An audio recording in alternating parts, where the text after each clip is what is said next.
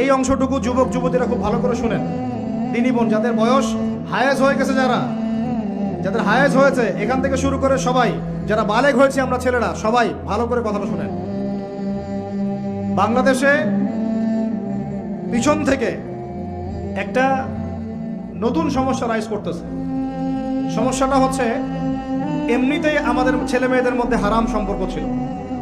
এর স্কুলে কলেজে বিশ্ববিদ্যালয়ে যাচ্ছে, ফ্রি মিক্সিংয়ে পড়াশোনা করছে, বাসায় পর্ন দেখছে, ওখানে গিয়ে মেয়ের সাথে হারাম সম্পর্ক হচ্ছে, তারপরে প্রেমের সম্পর্কের নামে জেনা হয়ে যাচ্ছে, জেনা হওয়ার পরে ছেঁকা খেয়ে মাদক, তারপরে গান বাজনা বাদ্যযন্ত্র ইত্যাদি ইত্যাদি, জীবনটা শেষ।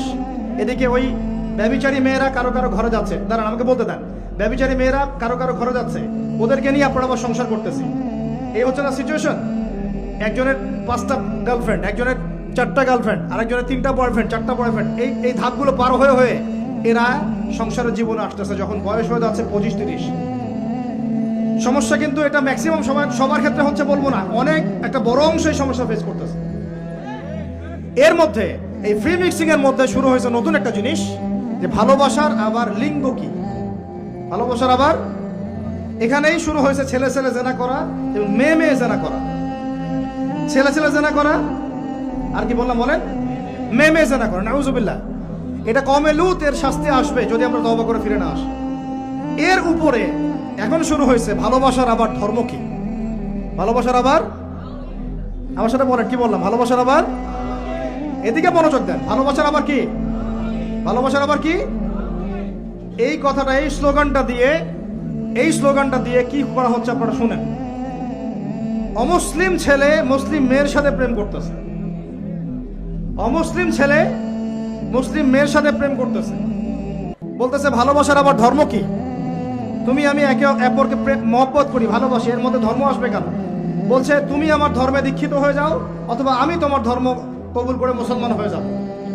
এই মিথ্যা কথাগুলো প্রলোভন দিয়ে এখানে ওখানে পার্কে নিয়ে গিয়ে চটপটে ফুচকা খাওয়ায়, কফি শপে নিয়ে গিয়ে এভাবে আস্তে আস্তে আস্তে আস্তে মেয়েদেরকে লাইনে নিয়ে আসতেছে।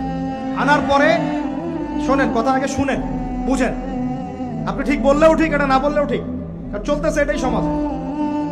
এখন কথা হচ্ছে, আমরা যদি আমাদের বোনদের ইজ্জতকে বাঁচাইতে চাই, এই বিষয়টা সম্পর্কে সচেতন থাকতে হবে। মেয়েদেরকে ফুসলিয়ে ফাসলিয়ে এভাবে প্রেমের জালে ফেলে শেষমেশ বেডে নিয়ে গিয়ে ধর্ষণ বা গণধর্ষণ করে মেয়ের ওই ওভারির মধ্যে ওদের বীর্যপাত করে দিয়ে ওই ছেলেটার কোনো খবর পাওয়া যায় না, লাপাত্তা হয়ে যায়। কোনো কোনো ক্ষেত্রে টাকার বিনিময়ে মেয়েদেরকে পাচার করারও অভিযোগ পাওয়া গেছে। এবং এই কাজটার নাম তারা সংঘবদ্ধভাবে দিয়েছে, এর নাম নাকি লাভ জিহাদ, বলে নাউজুবিল্লাহ। এবং বীর দর্পে ফেসবুকে পোস্ট দিচ্ছে, আজকে অমুক মেয়ের এটা করলাম, আজকে তমুক মেয়ের এটা করলাম। ভিতর থেকে একটা চক্র কাজ করতেছে এবং এই চক্রের কেউই মুসলিম না, এই চক্রের কেউই কিন্তু মুসলিম না। বাইরে আবার পরিচয় দিতে পারে যে আমি মুসলিম, আমার নাম অমুক, নাম পরিবর্তন করে মুসলিম মেয়েদেরকে ফুসলিয়ে ফাসলিয়ে এই জেনার ফাঁদে ফেলে ওর পিছনে কিছু টাকা খরচ করে, কিছু সময় দিয়ে ওকে প্রয়োজনে ঘুমের ওষুধ খাওয়ায়, প্রয়োজনে আবার জাদুটোনা করে, বান মারে, ওকে তাবিজ কবজ করে বিছনায় নিয়ে এসে ধর্ষণ বা গণধর্ষণ করে ওই ভিডিওগুলো দিয়ে পরে ওকে ব্ল্যাকমেইল করে, পরে ওর কাছ থেকে টাকা খাওয়া শুরু করে। কোনো কোনো ক্ষেত্রে মেয়েদেরকে পাচারও করে দিচ্ছে। আমাদের মেয়েদেরকে বলতেছি, কোনো অবস্থাতেই কোনো মুসলমান ছেলের সাথেও কোনো অবৈধ সম্পর্কে যাবেন না। আর অমুসলিম হলে তো কোনো কথাই নাই। অমুসলিমের সাথে আপনার কিসের প্রেমের সম্পর্ক? একটা চট দিয়ে দাঁত ফেলে দেওয়া দরকার মেয়ের।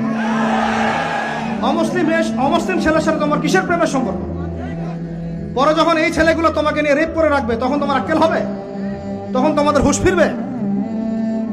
তখন এসে আমাদের কাছে মেসেজ করতেছে, আমার এই সমস্যা হয়েছে, আমাকে এখন আমি কি করব বলেন।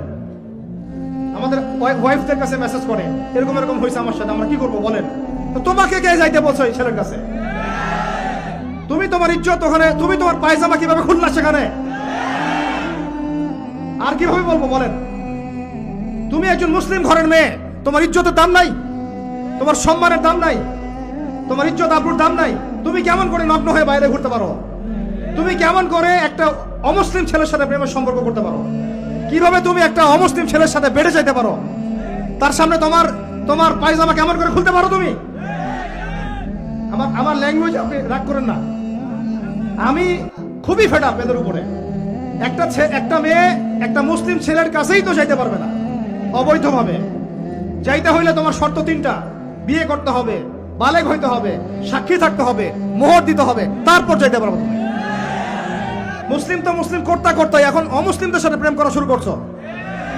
আর যখন অমুসলিমদের দ্বারা তোমরা ধর্ষিত হচ্ছ, তোমাদেরকে পাচার করতেছে, তখন বলে আসে আমাদের কাছে চিঠি লেখো যে আমরা এখন কি করব।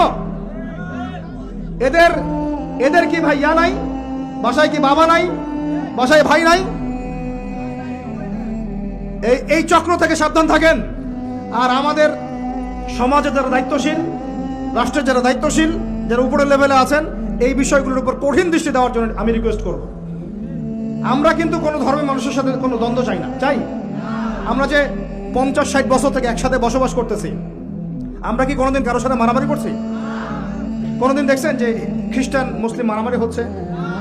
ইহুদি মুসলিম মারামারি হচ্ছে বাংলাদেশে? হিন্দু মুসলিম মারামারি হচ্ছে বাংলাদেশে? দেখেছেন কখনো? এখন কি নতুন করে শুরু হলো এগুলা? আল্লাহ রাব্বুল আলামিন আমাদের দ্বীনি ভাইদেরকে বুঝদান করেন, বোনদেরকে বুঝদান করেন। কোন অবস্থাতেই মেয়েদেরকে আপনি এভাবে ছেড়ে দিয়েন না বাইরে। কোন অবস্থাতেই একটা মেয়ের হাতে অকালে মোবাইল ফোন তুলে দিয়েন না। কোথায় যাচ্ছে খোঁজ রাখেন, কার সাথে মিশছে খোঁজ রাখেন। একটা বাড়ির সম্মান নষ্ট হয়ে গেলে কখনো ফিরে আসে না। একটা মেয়েকে অপহরণ করেছিল রাজা দাহির, মুসলিম মেয়েকে। সেই ইজ্জতের বদলা নেওয়ার জন্যে 17 জন ঘোড়সাওয়ার নিয়ে, কতজন? মাত্র 17 জন ঘোড়সাওয়ার নিয়ে মোহাম্মদ বিন কাসিম এই সিন্ধুর রাজা দাহিরকে আক্রমণ করে ওই জায়গা পরাজিত করেছিল। একটা মেয়েকে নিয়ে ঘটনা ঘটেছিল। আমাদের বোনের ইজ্জতের এত বড় দাম।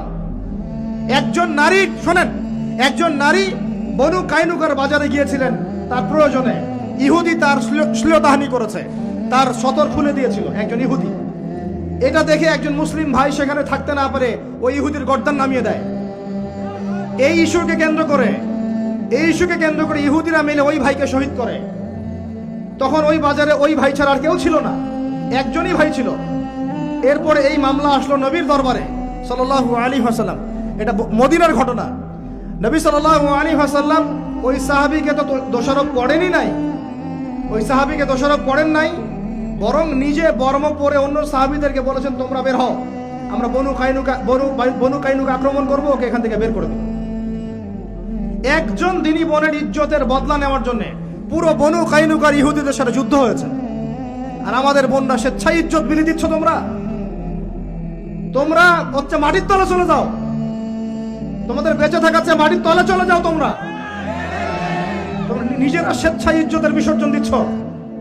আমি ইয়াং ছেলে পেলেদেরকে বলছি, ভাই, আমরা আসছি আল্লাহর ইবাদত করতে, এখানে আল্লাহর দিনকে জিন্দা করতে, আল্লাহর দিনকে সমাজে কায়েম করতে। জিনার সাথে আমাদের কি সম্পর্ক থাকতে পারে? পর্নের সাথে আমার আপনার কি সম্পর্ক থাকতে পারে? আপনার আমার এরকম হারাম সম্পর্কের সাথে কি সম্পর্ক থাকতে পারে? এগুলো কোনো অবস্থাতে আমরা ধার কাছে যাবো না ইনশাআল্লাহ। আল্লাহ রাব্বুল আলামিন আমাদের ভাইদেরকে বুঝদান করেন, বোনদেরকে বুঝদান করেন। আমি যা বলেছি আমাকে আমল করার তৌফিক দান করেন, আপনাদের সবাইকে আমল করার তৌফিক দান করেন।